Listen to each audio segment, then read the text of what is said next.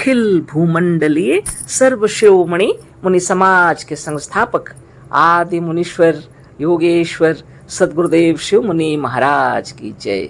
उपस्थित मुनि वृंद, साधु सज्जन वृंद, संत वृंद, साधक वृंद, आध्यात्म ज्ञान के जिज्ञासु और प्रेमियों, सभी श्रोता वृंद, आप सभी को मेरा कोटिशः नमन सप्रेम जय जीव। तो आध्यात्मिक चर्चा चल रही है और हम लोग सद्गुरुदेव शिव मुनि महाराज रचित ग्रंथ मनुष्य की महिमा ईश्वर की नहीं और इसी के अंतर्गत मनुष्य का महत्व और मनुष्य का रहस्य, इन सभी विषयों पर गुरुदेव हम लोग को बतला रहे हैं, है ना। मनुष्य तो धन्य है, गुरुदेव कहते हैं मनुष्य कितना महान है। लेकिन जितना गड़बड़ी वो किया है ना, उसी को समझा रहे हैं गुरुदेव, है ना। जब उसको सच्चा ज्ञान हो जाएगा जिस दिन, उसी दिन वह आनंद विभोर हो जाएगा, है ना, और आनंद से भरपूर हो जाएगा, है ना अभी तो हम लोग जहाँ भी रहते हैं, जागृत में, स्वप्न में, सुसुप्ति में, है ना, सभी समय, है ना, जहाँ तक जागृत और स्वप्न का सवाल ज़्यादातर, है ना जिन परेशानियों से गुजरते हैं हम लोग, जबकि हमें सुख शांति और आनंद से रहना चाहिए। आत्मदेव ने इतनी सुंदर रचना की है। स्थूल जगत है सुंदर, सूक्ष्म जगत भी सुंदर, है ना लेकिन हम लोग अज्ञान अवस्था में अपने आप को भूल चुके हैं और फंस गए हैं राजनीति, मजहब नीति और अनेक फिलोसोफरों की बातों, है ना, अनेक तरह की बातों में अपने को, खुद को भूल गए। मनुष्य तो महान है लेकिन अपने को भूल गया, गुरुदेव का कहना है। इसीलिए सद्गुरुदेव बतला रहे हैं, बहुत सी बातें तो बतलाए। संसार मनुष्य के लिए शांतिदायक तब तक नहीं बनेगा जब तक वह अपने स्वरूप को, अपने गौरव को, अपनी महानता को और अपने निज को तत्व से नहीं पहचानेगा। इस विषय में बहुत समझाए हम लोगों को गुरुदेव और बतलाए, है ना। आगे हम लोग पढ़ते हैं और ये मजहब क्या कहता है। राजनीतियाँ तो तरह तरह की हैं, सब गड़बड़ियाँ कर दिए, और बहुत तरह की बातें गुरुदेव बतलाए। रूस का समाजवाद, साम्यवाद, सोवियत नीति, ये सब मार्क्सवाद, लेनिनवाद, स्टालिनवाद, ये सब मनुष्य को, समाज का क्या समझते हैं, कल पुर्जा जैसा अचेतन जड़ तत्व समझते हैं और कारखाने में, मशीनों में काम करने वाला ऐसा समझते हैं। जैसे कृषक लोग बैल पाल के रखे हैं, उसको जैसा खाना पीना खिलाते हैं, अच्छा से रखते हैं, मनुष्य को भी जगह जगह रहने का जगह दिया गया है और उनको रुपये वेतन पैसे दिए जा रहे हैं, है ना। जीवन सारा जिंदगी उसी में चला जाता है, खाना पीना और तैयारियां, और फिर इसी तरह के फंसे रहता है, कभी उसको आत्मज्ञान नहीं होता, है ना। इसीलिए गुरुदेव बता रहे हैं कि मनुष्य को शांति चाहिए तो आत्मज्ञान जरूरत है ना। ये राजनीति, ये मजहब नीति, मनुष्य इसी के अंदर फंसा हुआ है। आगे देखिए गुरुदेव क्या कह रहे हैं। दूसरी राजनीतियां तो इससे भी अधिक गई गुजरी हैं, उनके लिए क्या कहें। इसके बाद मजहब तो यह कहता है कि मनुष्य का जन्म ईश्वर ने इसलिए दिया है कि वह अपने महत्व, गौरव, स्वरूप और अहंकार को भुलाकर जब तक जीता रहे ईश्वर का गुण गाया करे, ईश्वर का भजन कीर्तन करे और अपने को ईश्वर का गुलाम समझे। ये मजहब ऐसा समझाता है। मनुष्य को कृतज्ञ बनो बोल रहा है, क्योंकि ईश्वर ने तुम्हें बनाया। तो जीवन भर जब तक जी रहे हो तब तक तुम अपने महत्व, अपनी गरिमा, अपने गौरव, अपने स्वरूप, अपने अहंकार को भूल जाओ और ईश्वर का गुणगान करते रहो, भजन कीर्तन करते रहो, है ना। और जब तक जीते हो अपने को ईश्वर का गुलाम समझो। यही है मजहब। और सब तो लगे हुए हैं इसी में।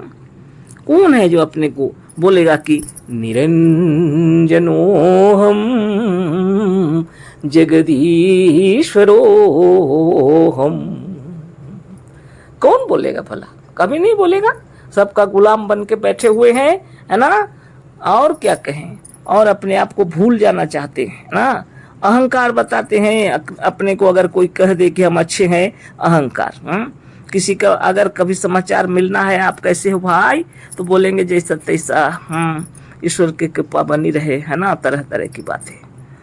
कठिन परिश्रम करता है, जीवन भर जूझता रहता है, लेकिन खुद को इतना भूल गया है। ऐसा जंजाल बना लिया है मनुष्य ने, है ना, अपने लिए, है ना। इतना बड़ा जाल बिछा के रखा है और उसी में फंसा हुआ है। आत्मज्ञान तो बहुत दूर की बात है। खुद को भूल गया है। सुख शांति अगर चाहते हो तो भजन कीर्तन करो, ईश्वर का गुणगान करो, अहंकार को भूल जाओ, यही सब लोग बता रहे हैं। तुम अपने आत्म गौरव, अपने स्वरूप को भूल जाओ, यही लोग बता रहे हैं। जहां भी देखिए, जितने भी प्रवचन देने वाले जो हैं, कथाकार लोग हैं, एक ही बात बता रहे हैं कि ईश्वर को मानो, जानो नहीं, मानो। जानने की आवश्यकता नहीं, केवल मानो और नाचो, है ना। और रामा रामा कृष्णा कृष्णा राधे राधे यही सब चल रहा है ना। ये सब कर करके मनुष्य अपने को भूल गया। थोड़ा थोड़ा काम करता है जितना सकता है और उसे अपना परिवार चलाता है और जीवन बीत गया, समझो समाप्त, है ना। बड़े बड़े विद्वान भी सब फेल हो गए। क्या करेंगे, परिवार ही ऐसे चलता रहता है, क्या करेंगे आप बताइए। क्या आत्मज्ञान होगा, मुश्किल है।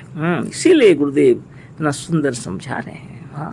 आप सोचिए, जीवित रहना है, स्वस्थ सुंदर रहना है और सबके साथ प्रेम से रहना है। यह संसार स्वर्ग है लेकिन हम लोगों ने इसको नरक बना के रखा। जीते जी तो जो जो होता है तकलीफ है ना, फिर कल्पना करके रख लिए हैं स्वर्ग नरक। मरने के बाद भी अपनी भावनाओं के अनुकूल ही स्वप्न की दुनिया की तरह उस संसार में भी, अपने मनोमय और सूक्ष्म संसार में भी जीवन तकलीफ से रहा और मरने के बाद भी सूक्ष्म संसार में भी अशांति। इसीलिए गुरुदेव कहते हैं आत्मज्ञान सबसे बड़ा ज्ञान है। और इस आत्मज्ञान को प्राप्त करने के लिए अंधविश्वास छोड़ना पड़ेगा निश्चित रूप से, है ना। आप खुद विचार कर लीजिए। आगे पढ़ते हैं। क्या कह रहे हैं गुरुदेव। ईश्वर के लिए जिए और ईश्वर के लिए, ईश्वर की राह में मर जाए और ईश्वर से कुछ ना मांग कर अपनी जीविका के निर्वाह के लिए, अपने भोजन के लिए और भगवान के भोग लगाने के लिए थोड़ा सा कोई काम कर लिया करे। यही है बहुत बड़ा काम। पर काम करते समय या किसी समय वह यह ना भूले कि वह दीन है, हीन है, परतंत्र है, दास है, गुलाम है, अधिक से अधिक किसी ना किसी किस्म के भगवान का भक्त है। ये भी याद रखना पड़ेगा। मजहब ने ऐसा नियम बना दिया है। सोते जागते उठते बैठते हर समय ईश्वर को मानो और उसका गुलाम है। हम दीन हैं, हम हीन हैं, ये मत भूलो। हम दास हैं, हम परतंत्र हैं, ये कभी मत भूलो। ये है मजहब बता रहा है आपको। तब आप भगवान के बहुत बड़े भक्त हैं, और नहीं तो आप भगवान के भक्त नहीं कहे जाएंगे। उदंड हो जाएंगे आप। तो आपको कहाँ जाना पड़ेगा, नरक। वो लोग बता रहे हैं अगर ऐसे करोगे तो नरक भोगेगा। डरते हैं मनुष्य, कुछ ज्ञान तो है नहीं, डर के मारे वो जैसा बोल रहे हैं डरते रहते हैं, है ना। बाप रे बाप, मनुष्य अपने जंजाल में फंसा हुआ है। वास्तव में मनुष्य कुछ नहीं है। यदि कुछ है तो ईश्वर की छाया और बिंब ही नहीं, प्रतिबिंब है। मनुष्य को बताया जा रहा है तुम मनुष्य कुछ नहीं है। यदि कुछ है तो तुम ईश्वर की छाया है। छाया ही क्या, बिंब ही क्या, प्रतिबिंब है तुम। मनुष्य इसलिए बनाया गया है कि वह नेताओं, राजनीतिक अधिकारियों, शासकों, देवताओं, देवदूतों, उनके पुजारियों और भगवान के निराकार या साकार मूर्ति की पूजा स्तुति करे। यही मजहब कहता है। और नमाज के रूप में नाक रगड़ा करे। सारे मजहब वाले यही बता रहे हैं। 5 वक्त का नमाज पढ़ते रहो, गुलामी करते रहो तो तुम बहुत बड़े मुसलमान हो। और हिंदू लोगों के अंदर में पूजा पाठ करते रहो जीवन भर। सोते जागते उठते बैठते अपने को ईश्वर का गुलाम कहो, मानो, है ना। यही है। और राजनीति और ये सब तो चल रहा है सो अलग। मनुष्य क्या करेगा। बहुत विचित्र बात है। पुजारी लोग जितने हैं, देवदूत लोग, ये सबको बनाया मनुष्य ने। नेताओं, राजनीतिक अधिकारियों, शासकों, देवदूतों, देवताओं, उनके पुजारियों, भगवान निराकार साकार सबकी मूर्ति स्तुति करते रहो। और नमाज के रूप में नाक रगड़ा करो।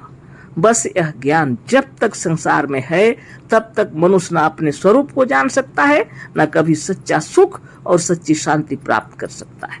कहाँ से प्राप्त करेगा? यही सब कार्य में तो फंसे रहेगा, तो कहाँ से सच्चा सुख उसको प्राप्त होगा? कैसे सच्ची शांति मिलेगी उसको? सच्ची शांति तो बहुत दूर की बात है, बहुत बड़ी बात। आगे पढ़ते हैं। पर यह समझ लो कि राजनीतिक और मजहबी ज्ञान के सड़े और सूखे कतवार में मनुष्य ने अपने स्वरूप में जाकर जिस समय अपने स्वरूप के ज्ञान की एक छोटी सी चिंगारी भी इस पर छोड़ देगा तो यह राजनीतिक और मजहबी ज्ञान के कतवार की ढेर जलकर भस्म हो जाएगी, है ना। केवल ज्ञान से भस्म हो सकता है यह अज्ञान जनित जितने भी कार्यकलाप हैं, है ना। आपका जितना धर्म नीति, राजनीति और जितना प्रकार का लेनिनवाद, मार्क्सवाद, समाजवाद, क्या क्या दुनियावाद, है ना, एक बार अगर आपको आत्मज्ञान हो जाए तो आप समझ जाएंगे कि यह सब जो है आपको परेशान करने के लिए है। इन सब से हटकर अपने आत्मा में तलीन होकर के ध्यान मग्न हो जाइए, है ना। ये सबसे बड़ी शक्ति आपके अंदर है। तो बहुत बड़ी बात है। लोग ताजुब करते होंगे कि क्या हो रहा, ये ईश्वर को छोड़ करके ही शांति मिलेगी क्या?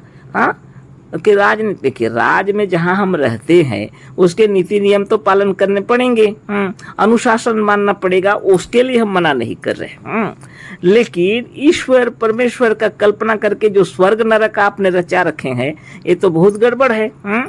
और आप बिना काम किए कुछ खाना पीना आपको मिलता नहीं, तो मेहनत से शारीरिक परिश्रम करें, शारीरिक मानसिक बौद्धिक परिश्रम करने के लिए गुरुदेव कहते हैं सच्चाई और ईमानदारी से धनोपार्जन करो जिससे अपने परिवार का भरण पोषण हो और ऐसा कार्य करो जिससे दूसरे का भी कल्याण हो, है ना। तब जाके आत्म शांति मिलेगी। गुरुदेव नहीं कह रहे हैं कि बैठ करके खाली राम राम जपो या हरे हरे कृष्णा कृष्ण जपो और तुमको सब प्राप्त हो जाएगा, कभी नहीं। सवेरे सुबह भोर में जगो और एकदम शौच से निवृत्त होकर के सर्वप्रथम चक्र भेदन साधन प्रणव प्राणायाम ध्यान तपस्या के साथ अपने इस आत्मदेव को ध्यान कर लो और स्वस्थ निरोग शरीर बनाकर और तब कुरुक्षेत्र के मैदान में उतरो, जहाँ पर माता पिता भाई बहन गुरुजन अड़ोसी पड़ोसी मित्र बंधु बांधव सखा सारी दुनिया पड़ी हुई है। जहाँ सब प्रेम चाहते हैं। आपके अंदर प्रेम होगा तो प्रेम देंगे ना।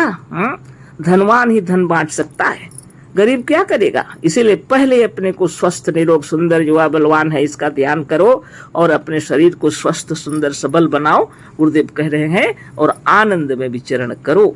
शरीर स्वस्थ रहेगा तभी तो दुनिया का भोग कर सकेंगे, संसार को देख सकेंगे। आंखें ठीक रहेंगी तो, कान ठीक रहेगा तो, शरीर स्वस्थ रहेगा तो, है ना। इसीलिए गुरुदेव साधन शिक्षा बता रहे हैं। और इस सब चक्कर में कुछ नहीं होता है, कुछ भी नहीं। सब बीमार पड़े हैं, इतने हॉस्पिटल खुले हैं, इतने आपको तो मालूम ही है लोग कितने कैंसर के मरीज हैं, किसका नाम जप के वो स्वस्थ हुए हैं, बिना डॉक्टर के अच्छे हुए। डॉक्टर बेचारे क्या करें, रात दिन वो भी उनके पीछे लगे हुए हैं, है ना। उन्हें भी रुपये पैसे चाहिए, बिना रुपये का कोई डॉक्टर के पास भी नहीं जा सकेगा, है ना। और मेहनत नहीं करेगा तो क्या करेगा बताइए। ये झंझटों में पड़े हुए हैं सारी दुनिया के लोग। अगर आप सचमुच में सच्ची शांति, सच्चा स्वराज, आनंद प्राप्त करना चाहते हैं तो गुरुदेव की किताबों का अध्ययन करना पड़ेगा बराबर, है ना। साधन ध्यान और तपोबल से खुद को जानना पड़ेगा, तब जाके आपको शांति मिलेगी। इसको आज पूरा कर देते हैं, थोड़ा सा है ना, धैर्य रखिए, है ना, पूरा हो जाएगा।